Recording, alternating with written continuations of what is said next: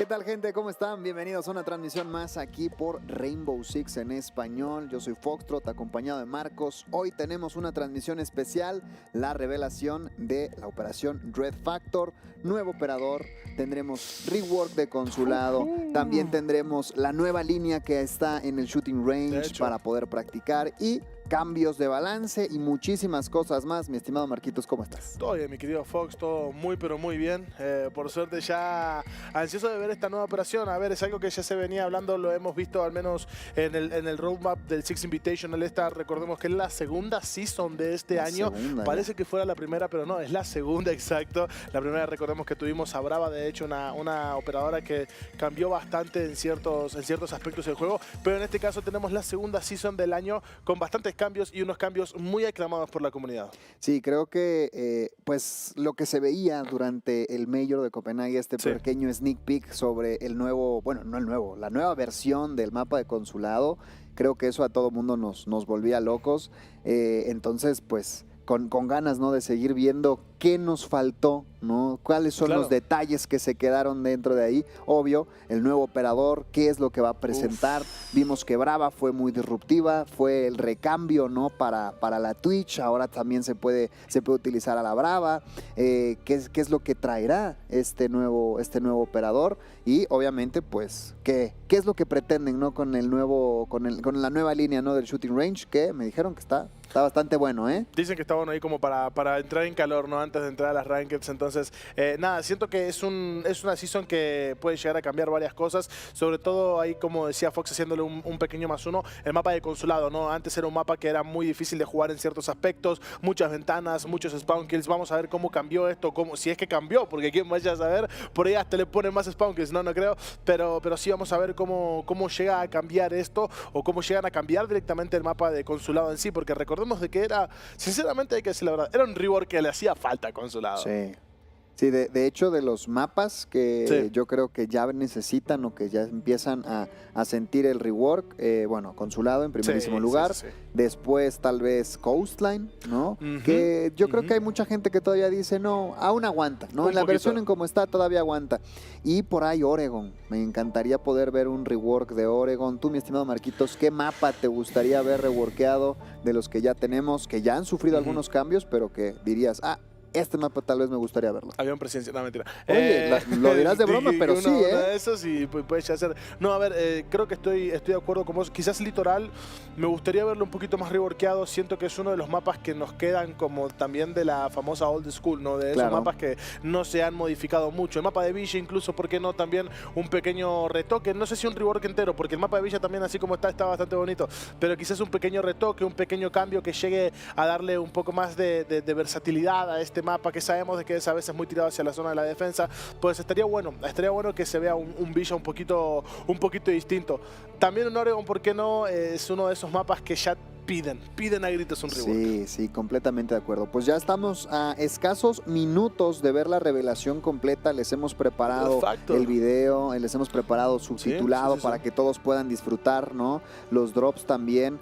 Ya estamos literal a nada de ver esta nueva revelación. También una revelación completamente distinta. Estábamos acostumbrados a ver pues todas las operaciones durante los eventos pues principales de competencia, ¿no? Llámese Major, Six Invitationals, ligas profesionales. Ahora cambia un poco la dinámica y nos permite pues tener un espacio dedicado para platicar de las cosas que vienen. Tú, mi estimado Marquitos, aparte de lo que ya hemos platicado sobre el mapa de Consulado, ¿qué tanto has utilizado el shooting range, ¿no? Ahí el tiro para probar tal vez alguna configuración de un arma o tal vez para calentar, para conocer los patrones de recoil? ¿Qué has hecho tú? Lo he probado, o sea, he probado más para reconocer los patrones de recoil, ¿no? Porque pues sí me han sido muy útil para esos casos, para quizás probar cómo funciona mejor con una boquilla, con silenciador o con lo que sea. Yo soy muy fan de usar silenciador, la verdad. O sea, desde que le sacaron el daño que hacía menos daño a los silenciadores,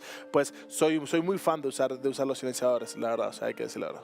Me parece que ya estamos listos, me dijo ahí producción. Ya casi, no, tranquilos. También los estamos leyendo. Sí, ahí tú tienes el justamente. chat para mandar ahí unos cuantos saluditos. Así es, Escriban justamente. de dónde nos están viendo, de dónde están disfrutando, qué es lo que esperan de Dread Factor. Escríbanlo ahorita, lo vamos a estar viendo y pues, ¿por qué no les mandaremos un saludito? ¿Va? Sí, no, justamente ahí. Aprovechamos el espacio. De hecho, ahí Cancelix está allá por el chat. Un saludito. Saludos a Cancito. Ahí al buen Cancito. Hay de todos. Ahí nos están diciendo que ya no queda nada. Estamos ya a nada de ver la revelación. Ahorita regresamos con los saludos, chicos. Pues pónganse cómodos porque ahora se presenta la operación Dread Factor, la nueva operación para Rainbow Six. Así es que pues sin más preámbulo, me parece que ya estamos, ¿no, producción? Ya casi en 10 segundos. Es más, por favor, la cuenta regresiva. Ya estamos en 7. 5, 4, 3, 2, 1, vamos. 1 y nos vamos. Hello, everyone, and welcome to Operation Dread Factor. I'm Camille Salazar-Hadaway, here to unveil everything that's coming in Year 8, Season 2 of Rainbow Six Siege. We've got a new operator, new map rework, and a lot more to cover. But first, here's Creative Director Alexander Karpazis with an overview of the season and some roadmap updates.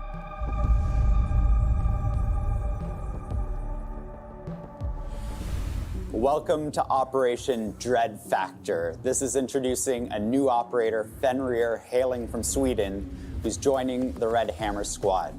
He's bringing with him the idea of fear to the battlefield. This is a mechanic that we've been working on for a long time, and we finally made it work.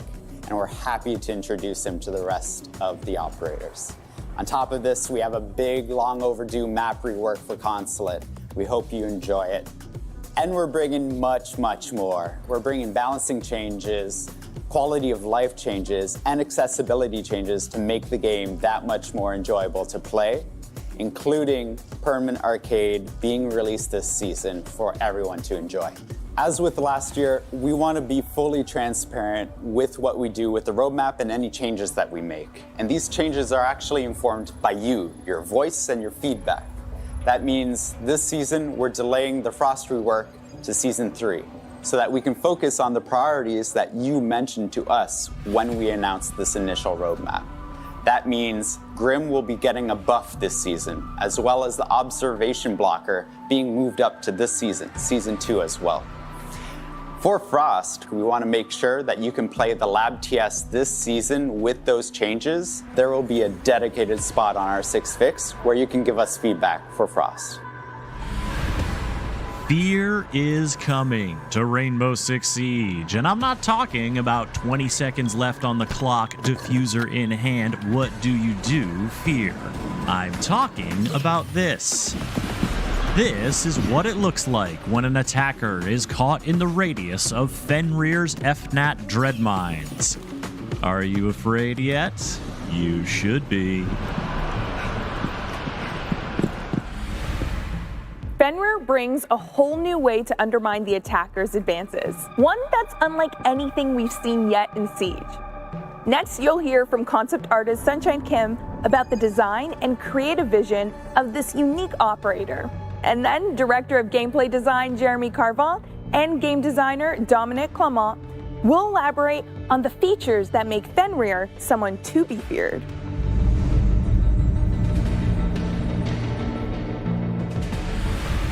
Fenrir is designed by, once again, our character concept artist NJ Chutai, who previously worked on Grim.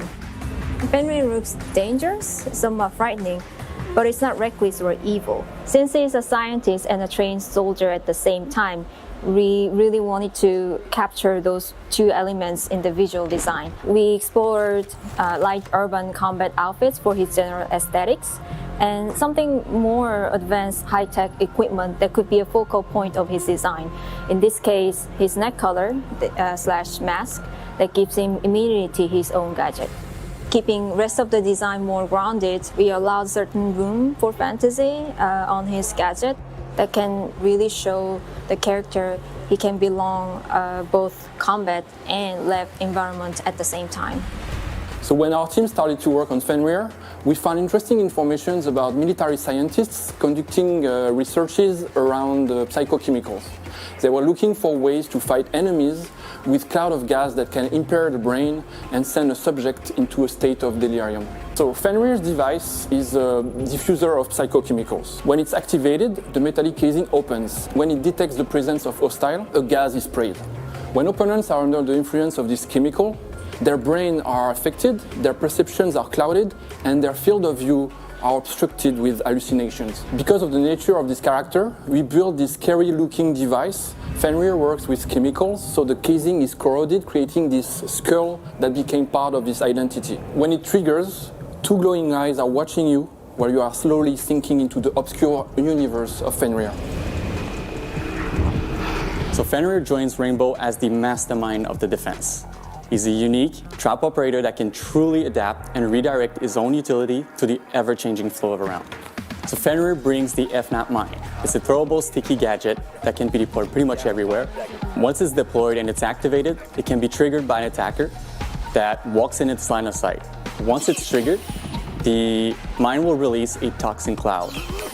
Everyone standing in it will be affected by the effect, which we call the fear effect.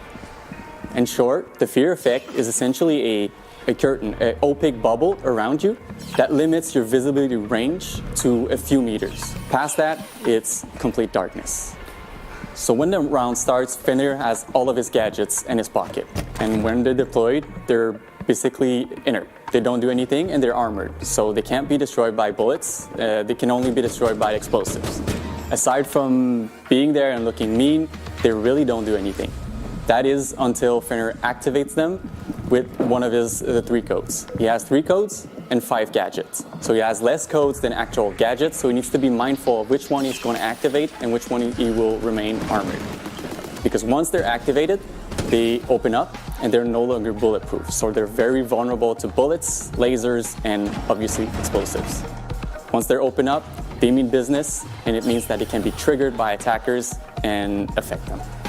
So when you play as Fenrir, your goal is to survive as long as possible. So we made sure to give him a kit that will hopefully allow you to do so. If we look at the primary weapons, you have 2 options. The first one is the MP7, a classic, really powerful SMG, great for close, mid, and even long-range encounters. So the second option is the SAS G12, which is a very strong, powerful shotgun that can deal a lot of damage in close range, perfect to pair with the gadget, which essentially limits the visibility of the attackers, so you can really get close and personal with this weapon and deal a lot of damage. Secondary weapon, we have the Bailiff. It's a great secondary weapon that creates a lot of destruction for a pistol. Whether you pick the SMG or the shotgun, you be sure to have a tool in your arsenal to reshape the map during the prep phase and set up your gadget the way you really want it. For secondary gadgets, we went for gadgets that will really synergize well with the operator's main ability.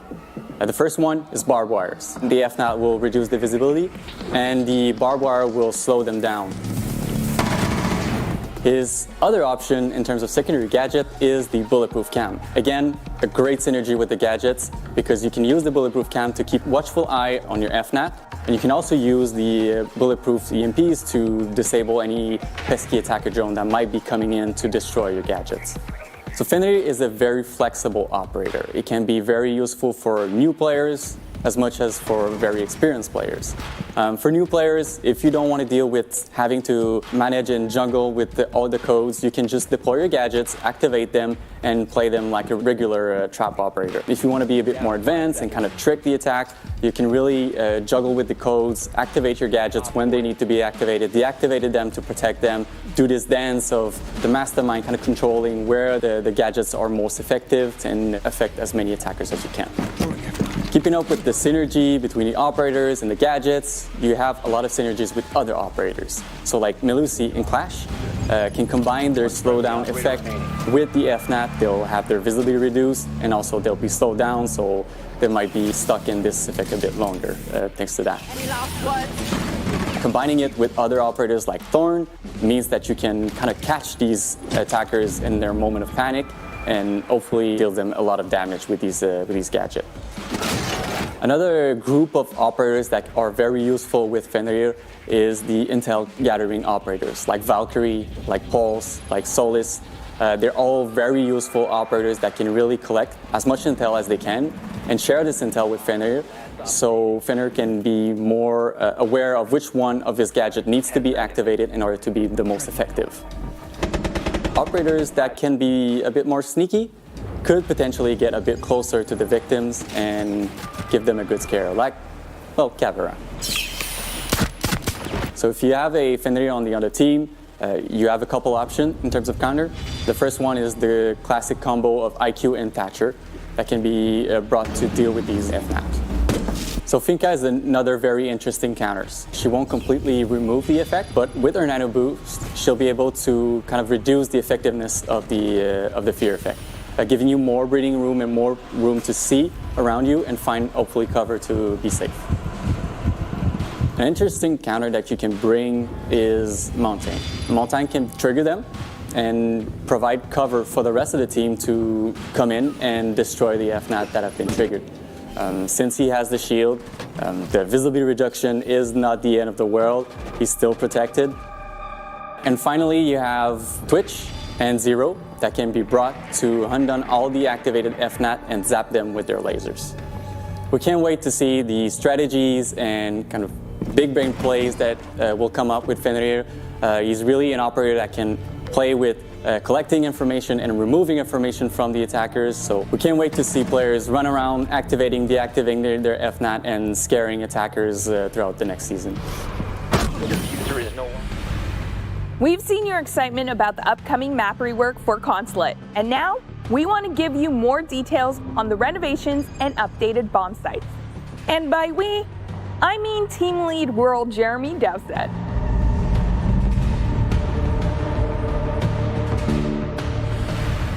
Consulate is one of our original maps. It's 8 years old. It was old technology. It needed to be brought up to a level that we expect from our maps. New destruction, new walls, everything's up to the new 2.0 standard, so we can actually iterate upon it and we can actually fix bugs and issues much, much easier. We've gone top floor all the way down and even out to the spawn points. This map is a very, what we'd call a heavy rework. It's a massive overhaul of everything from the ground up. Exterior, in, everything's been touched. It's gonna feel the same, but there are a few surprises and a few tweaks. Everyone knew that there was a problem with Consulate with being spawn peaked or run out on quite a lot. So we've gone through and we've looked at all of the lines of sights from the building to the spawns, and we've made it more comfortable for the attackers to actually approach and actually get into the building. So what we've done is we've looked at all of the lines of sights, i.e. all of the windows, all of the doors, anything that looks towards the spawn. And in certain cases, we've actually either put a blocker on the window, say some scaffolding, or we've actually removed the window or blocked it permanently. So anyone that was used to looking out towards garage and getting a cheeky angle, that angle's not there anymore. If you want to spawn peak, you're gonna have to work an awful lot harder for it. There's a new set of stairs, yellow stairs, that go all the way up, which aids the navigation, and especially if you need to switch between floors. The biggest change that players will notice is the exterior wall on the balcony. So you can actually hold the balcony and actually play with the ebb and flow of the attack and defense. You've got a chance to get in on the balcony now. A lot of things have changed on the first floor. A lot of walls have moved. Some new thematics. There's a new thing called Exposition, which is actually a bomb site. So you have Exposition Piano as the bomb site on the first floor.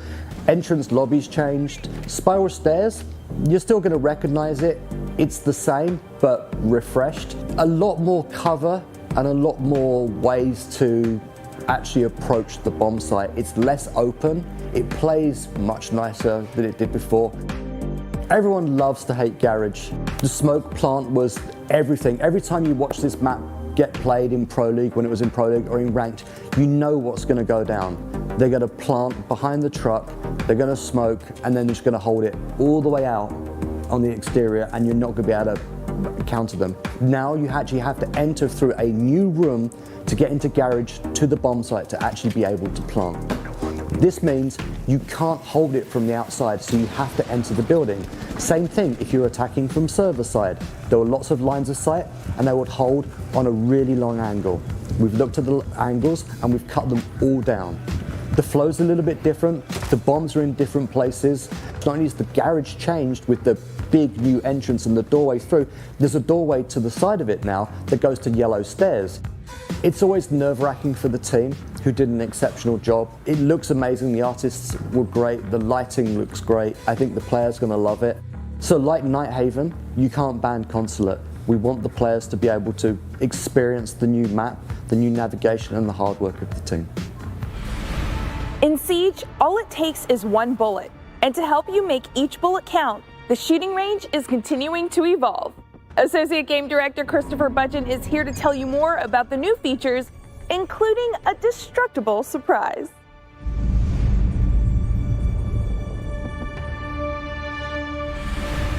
We've been very happy and pleased with the reception of the shooting range and our constant quality of life updates.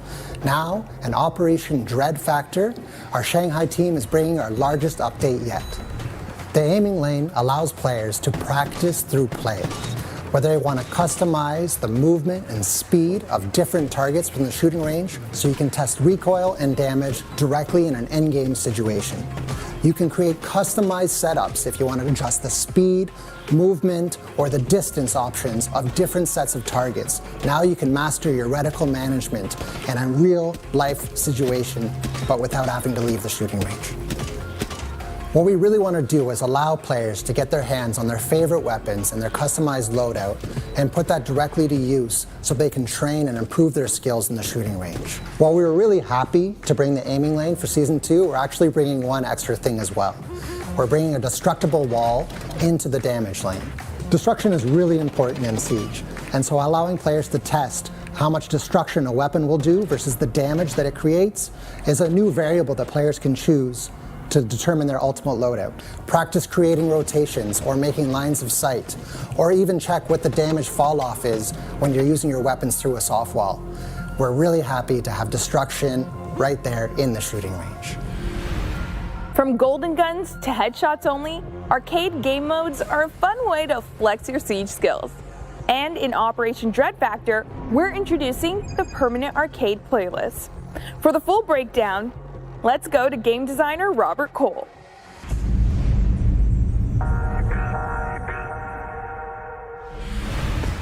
We are super excited to finally bring you the new permanent arcade playlist, and you can get your hands on it coming in Season 2. We wanted to give a place for players to actually play and enjoy all these arcade game modes that we've released throughout the years. But we also felt like all these game modes deserve a place to be permanent inside the game. And we will release with a list of 5 arcades. So now you will be able to, from the menu, jump directly into a queue for all these crazy and fun arcade game modes. Or you can even go to custom match and create your own lobbies with your own friends. We are releasing with arcades like Golden Gun, in which your only weapon is the Golden Desert Eagle. Or even Headshot Only, a game mode in which the only way to kill your opponent is actually with a headshot. Or even Snipers Only, a game mode in which everyone is using Kali's sniper rifle. We're also moving TDM, or Team Deathmatch, back into the arcade playlist, because we feel like it fits better in here. And if you were paying attention, I mentioned 5 arcade game modes. And that's because we're taking the chance to release a brand new arcade called Free For All, in which, you probably guessed it, it's you versus everybody else. No teams, pure chaos. You will jump directly into a map versus 9 other people, and you will have to fight your way to victory. So now players will be able to warm up and have fun without restrictions in these alternative ways of playing Rainbow Six, without actually worrying whether or not they will be removed from the game. So yeah, have fun with your friends in this new arcade playlist. A new gadget is coming in Operation Dread Factor. You got a glimpse of it during the 6th Invitational, and now it's time to see, or not see, what's up with the observation blocker. Technical designer Sergi Ledesma from our Barcelona studio is here to teach you all about it and share a balancing update for Grim.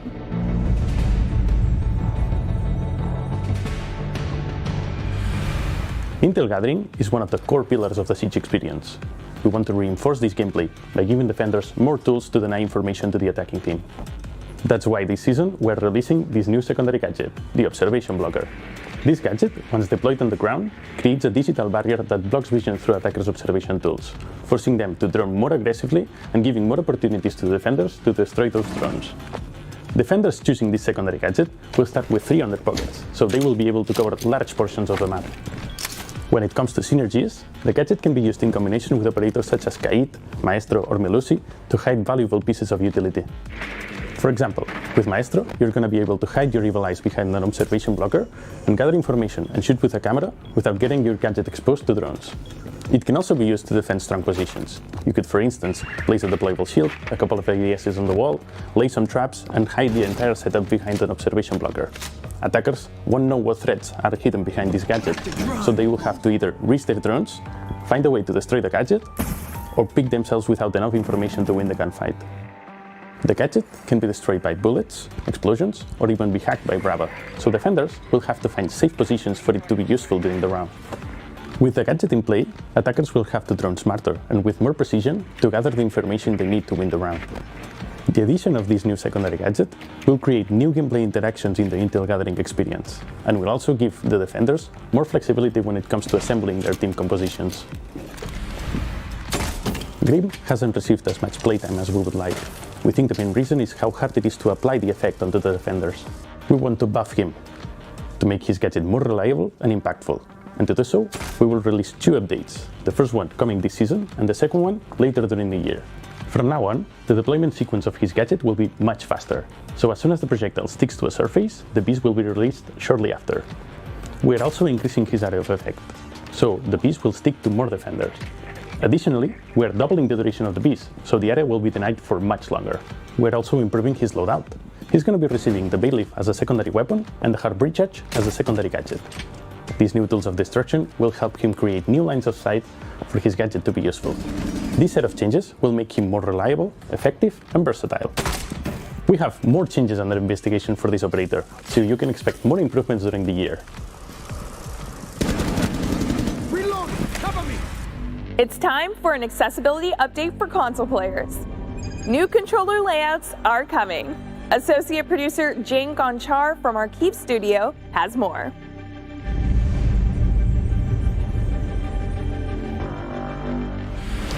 As you may know, we want to level up playing field for PC and console players, and new additional controller layouts are important stepping stones on the way to full controller customization. We have already several of them in the game, but the new one we are introducing are a step above and beyond, centered around tackling some difficulties that might cause discomfort for players when using the controller. Players who felt that some actions were taking a toll of their hands might find this feature is a way to increase comfort. Other players might find a way to play game differently. Working with current layouts already helped us shape the final vision for full controller remapping. We will continue to iterate on the feedback we gather to ensure that final product will meet the highest industry standard and provide our console players the best experience possible. Next up, we've got a new feature coming to Match Replay. The free camera option will give you more flexibility over how you view and show off your replays. Creative Director Alexander Karpazis is back with the full update.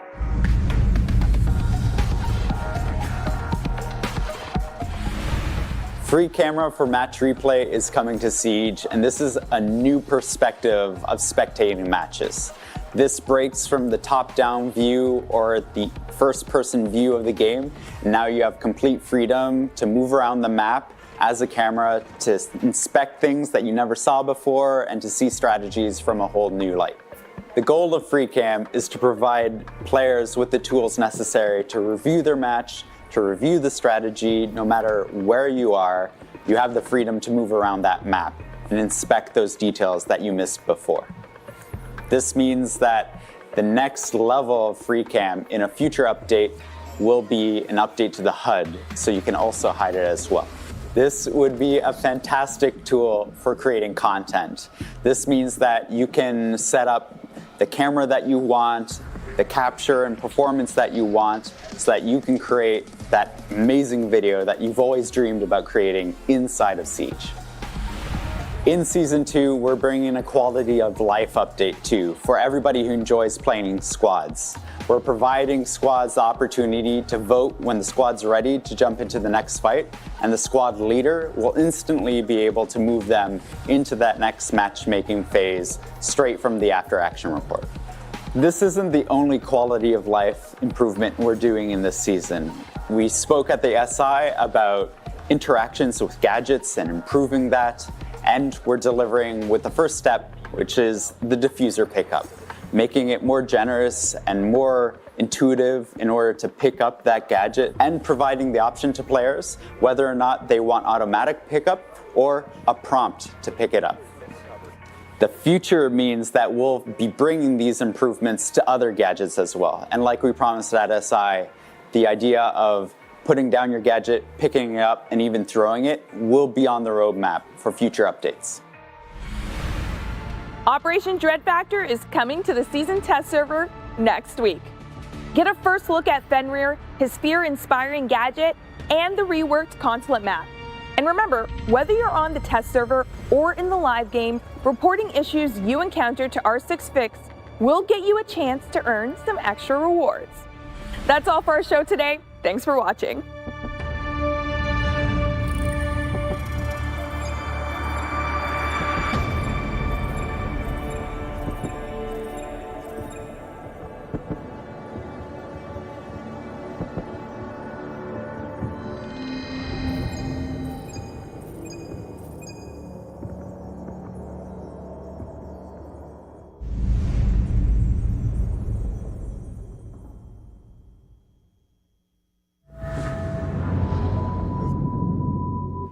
¿Qué tal, Locuras, locuras lo que hace Fenrir, y locuras también todo lo que van a estar trayendo a lo largo de toda esta nueva season, una cosa de locos. Sí, completamente. Empecemos por lo primero, ¿no? ¿Por dónde quieres arrancar? Arranquemos por Fenrir, mi estimado Marquitos. Así es. El nuevo operador viene a formar parte del squad de Red Hammer, que también recuerden, ¿no? Ahora pues todos los operadores de Rainbow Six están pues separados por distintas divisiones. Una de ellas es Red Hammer, Fenrir, que cae ahora en esta división y viene con algo completamente nuevo. Si bien tal vez el otro operador que pues trabajaba un poco con gas era directamente el Smoke, pero era distinto. Ahora esto se mete ya en cosas un poquito más, no sé, como tipo Jack Sparrow, más algo es como así, un choker, ¿no? Pero sin que sea gas de la risa, ¿no? Sí, claro. La verdad que está bastante es bueno. gas del miedo. Es gas del miedo, exacto. Está bastante bueno, creo, este operador. Siento que tiene algunos combos que se pueden hacer, que puede llegar a ser muy fuerte en distintos mapas. Un operador que me atrevo a decir que es más de anclaje que otra cosa. Se puede llegar a evitar un plantado con ese dispositivo. Quiero saber, porque creo que no lo llegan a aclarar bien en el video, me encantaría saber si la Brava sobre todo puede llegar a influir directamente en este dispositivo, haciendo que el efecto sea inverso, ¿no? Que le afecte directamente a los defensores en vez de los atacantes, y podría llegar a ser bastante lindo, creo yo. Muy versátil, la verdad. Y otra cosa que también me gusta muchísimo es este nuevo sistema para poder trabajar con los gadgets del operador. Anteriormente habíamos estado acostumbrados a que, pues por ejemplo, el Lesión o el Wamai, conforme va pasando el tiempo, la Asami con las Kivas, conforme va pasando el tiempo se le van generando nuevos gadgets para poder utilizarlos. Aquí no, aquí de arranque ya tienes los 5 FNAT dispositivos ya disponibles, tú los colocas y se acabó. ¿Dónde está el cambio en el sistema? Que ahora Fenrir tendrá que estar pues atento para activar y desactivar de esos 5, solo 3. Solo 3. Entonces, ahí hay un nuevo funcionamiento en el cual creo que va a requerir muchísima comunicación con tus compañeros. Lo veíamos, ¿no? Los combos, pues, tal vez más straightforward, ¿no? Los combos más nobles serían con los operadores de obtención de información, ¿no? Llámese la Valkyria, el pulso, por ahí hasta la mira, que puedas colocar Solís, el FNAT del otro lado y que sepas, ¿no? Qué está pasando, la Solís, inclusive. Entonces, me gusta muchísimo, ¿no? Lo que presenta Fenrir y este nuevo sistema de interacción con el gadget.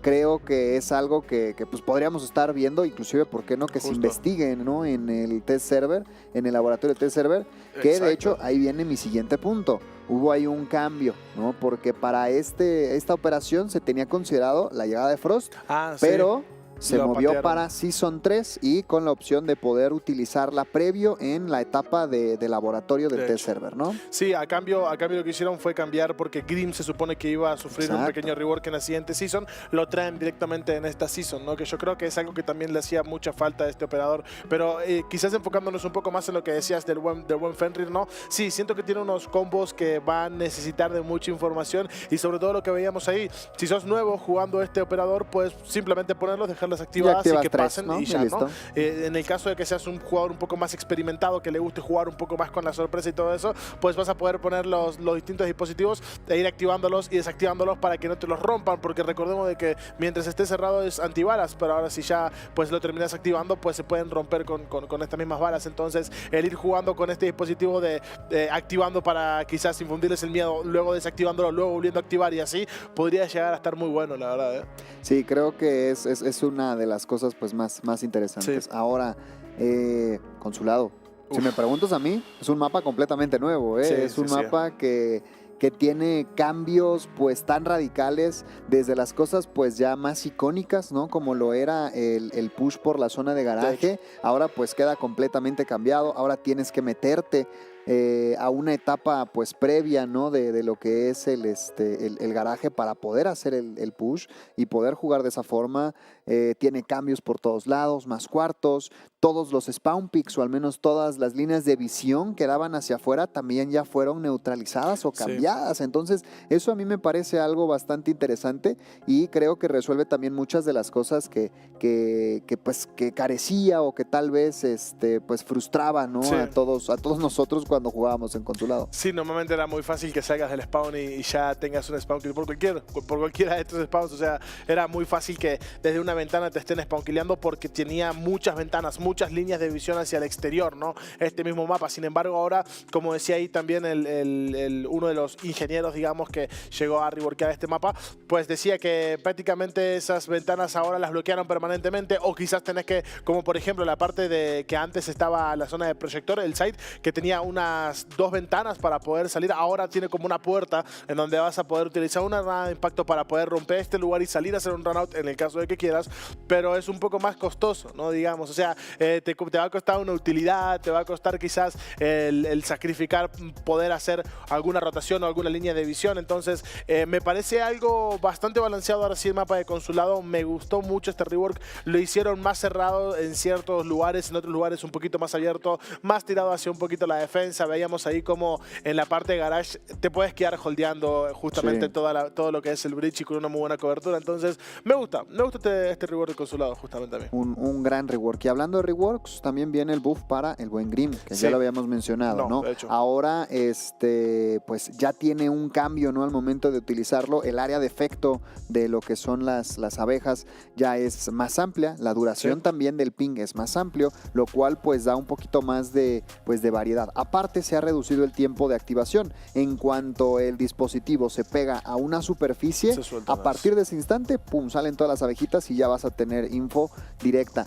Con la versión pasada, digamos que Grimm no podía sacar esa información tan rápido y le daba tiempo de acción al defensor pues para moverse, ¿no? Entonces creo que esto es algo pues bastante interesante, un primer paso en la dirección correcta para ver cómo funciona Grimm. Y otra cosa que también se menciona en el video de Revelación es que hay otro cambio que todavía está ahí en el horno esperando para salir, pero bueno, para los main Grimm, ahí le mandamos un buen saludito al buen Saite, ya empiezan a salir las cosas un poquito mejor. De hecho sí, parece que es algo, bueno, a ver, era uno de los agentes que menos utilizaban en la escena competitiva, no se ha visto Grimm, hay que decir la verdad, no se ha visto Grimm, entonces siento de que esto podría llegar a ayudar bastante, ¿no? al operador de Singapur. Me impacienta saber cuál será el otro cambio, porque siento de que si es algo clave puede llegar a ser que se vuelva un operador muy utilizado, si es algo que sea un cambio pequeño va a seguir igual. Siento que podría llegar a ser clave el siguiente cambio que le hagan a Grimm. Este cambio estuvo bastante bueno, lo bufearon bastante. El tema de que apenas toque la superficie y salgan las abejas para poder sacar la información está bueno, porque terminan pues castigando o nerfeando la posibilidad de romper la cápsula K1. Recordemos de que eso se podía romper, entonces termina como que nerfeando esa posibilidad. Vas a tener que ser más rápido si es que querés romper esa misma cápsula. Entonces está bueno, siento que puede llegar a ser un muy buen dispositivo, mucho más utilizable ahora. Sí, otra cosa, digo, ya platicamos todo. Me encantaría, pues, mencionar, ¿no?, el nuevo sistema de bloqueo para las herramientas de información de los atacantes. Que yo sé que tú te guardas tus reservas, como que todavía no le encuentras ahí algo, pero siento que es justo ahí donde entra, ¿no?, la esencia de Siege y este tipo de juego, pues, tan táctico, ¿no? Y pues el tener que pensar, ¿no?, fuera de la caja para aprovechar todas las herramientas y mecánicas que nos dan los desarrolladores. Pero bueno, también va a ser digamos, un avance o un empuje de lo que iba a ser en Season 3, que se tenía esperado para ser utilizado. Ahora lo podremos ver en funcionamiento directamente en la temporada 2 de este año.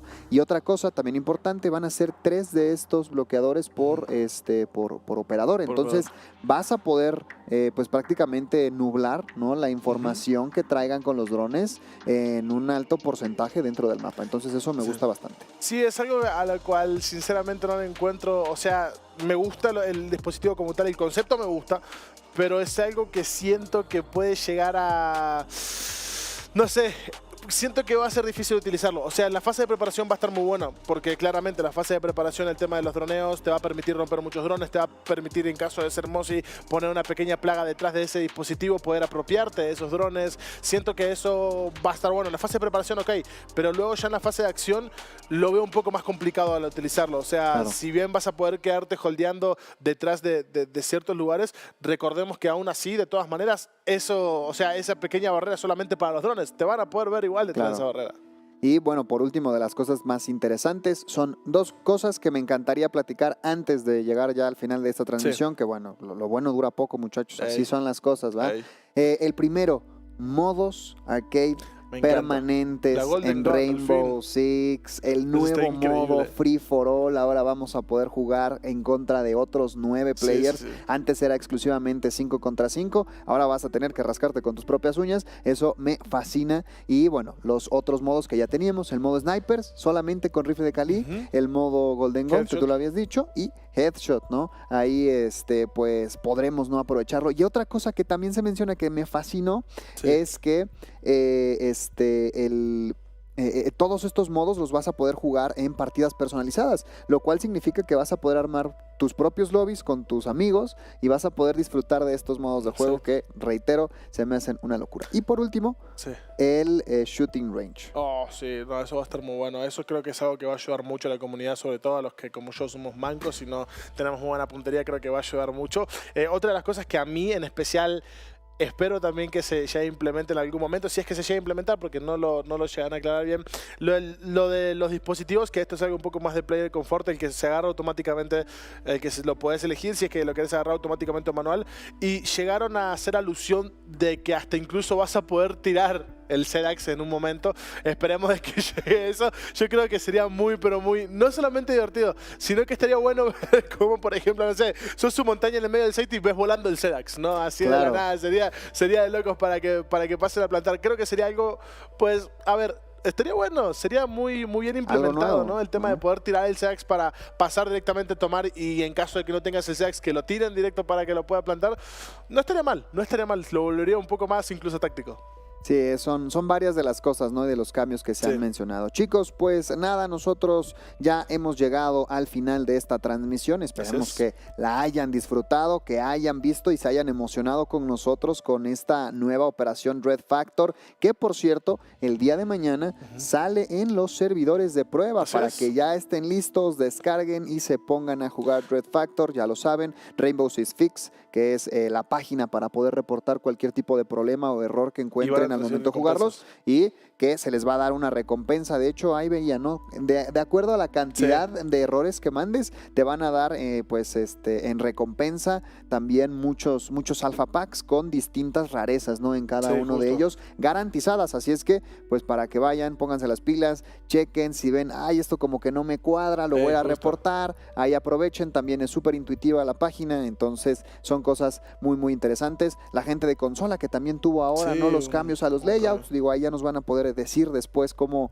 funcionan o cómo cambian. Si tú juegas como zurdo, ya puedes cambiar el gatillo a la mano izquierda y demás. Entonces son muchísimas cosas muy interesantes las que se te estarán teniendo a partir de Dread Factor. Sí. Pues nada, mi estimado Marquitos, ¿algo que le quieras decir a toda la gente antes de irnos? Nada, que muchas gracias por estar en esta hermosa, en este panel, ¿no?, de revelación de esta Season 2, de hecho, de este año 8. Parece que a partir de ahora también, desde que llegó Deimos, ¿no?, justamente lo hemos visto en el Six Invitational, también los diseños empiezan a ser como un poco más oscuros, los agentes empiezan a ser más serios, como lo dijo en el trailer, ¿no? Así que esto se va a poner bueno durante todo el año. Nada más que agradecerles por estar del otro lado de la pantalla y mandarles un hermoso saludo a todos. Pues nada, con eso nos vamos, chicos. Ya lo saben, mañana empieza Dread Factor en el servidor de prueba y tiempo después ya vendrá para los servidores públicos y que puedan disfrutar de esta nueva operación. Con eso nos despedimos. Soy Foxtrot, Marquitos. Nos vemos en la próxima, ¿eh? Bye bye. Adiós, producción.